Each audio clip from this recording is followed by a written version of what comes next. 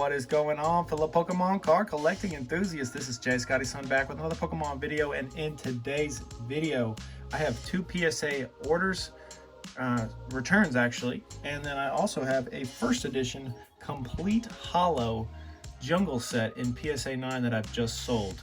I've had this in my personal collection for a long time, and I just decided to list it on eBay, and it sold pretty quickly actually. It's bittersweet, but things have to go. We'll get into that later. First, we'll get into the packs. They are all long stem packs, but PSA distinguishes them long stem, but they call them long pack. First of which has a crack. You can kind of see that right there on the bottom. Debated on sending it back to PSA or not. I think I'm gonna, because it'd be nice to have a case without a crack in it. Then we got another Venusaur, and then a PSA 7 for the Blastoise. Let's get into this next submission, shall we? I think already like 3 cards have sold from this submission. First up is a Shining Noctowl. It does have some scratches there, and it did get a PSA 8. Pretty decent grade though. The back looks pretty clean. A couple specks there at the top. Swampert EX. Really nice holo pattern on this one. Really pops. Wish it got a higher grade, but 7 is justifiable for it. Then the Blissey 6 is what I thought it would get, so that makes sense. The Dark Dragonite, I had this pre-graded at a 7, so that makes sense as well. The Dark Gengar with a dog hair on it. If you didn't know, PSA cases really attract all sorts of debris. This one's pretty clean on the back. I thought it had a shot at a 9, but it does have a pretty decent sized scratch there right next to Gengar's arm. I don't know if that one's on the card. That one might be on the case. Really dope card right here. Holo is popping on this one.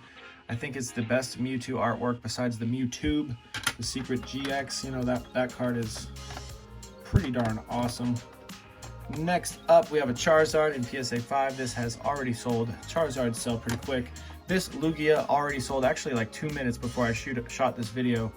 This one has a huge crease going down the middle. It also has a huge crease right here going this way, and then also here going this way. So this card got creased 3 different times. Sold for $100. Unknown Rayquaza VMAX. Probably the most expensive card out of this whole submission here. This one also just sold for $325.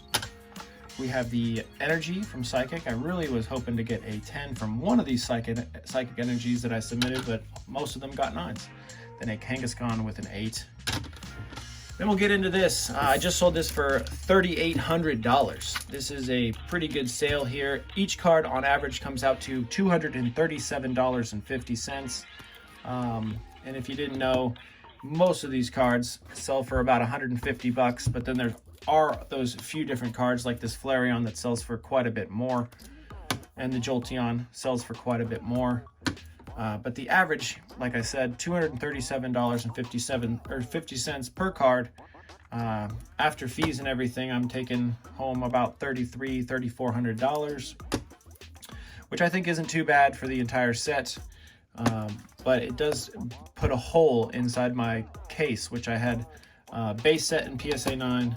I had Jungle, Fossil, and base set 2. Base set 2 has 20 holos in it, so base set 2 is pretty expensive because there's, you know, 4 more holos than this set. Snorlax, this card cost me $750 back in the day. Then we got the Vaporeon. This one's steady at like $400 or $500 all the time on eBay. Doesn't really change. I could be wrong on that, maybe like $350. The Venomoth. The Victory Bell is one of the cheaper ones, same as the Venomoth. I think they're about $130 on eBay. Which, you know, I sold this one for $237. Not too bad, but you know, I got the Snorlax for $750 and sold it for $237. So these are going to Arizona. So one thing that I do on my eBay store is when I get an offer or something, I see where it's located. You know, I live in Nevada, so if it's just a state over, I'm more likely to accept an offer of, you know, $5 less or give or take whatever the amount is. I'm just more enticed to sell something that's closer by. You know, if something's going international, there's a fee for that, so there's already 1% more. So let's hypothetically say something's $100 If somebody's international and offers me 90, I'm probably going to counter at 92. But if somebody's just a town or two away and they give me an offer of 90, I'm going to accept it, no problem.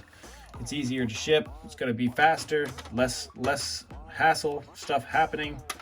But that's it for today's video. Rambling over. Have a great day as always, and peace out, everybody.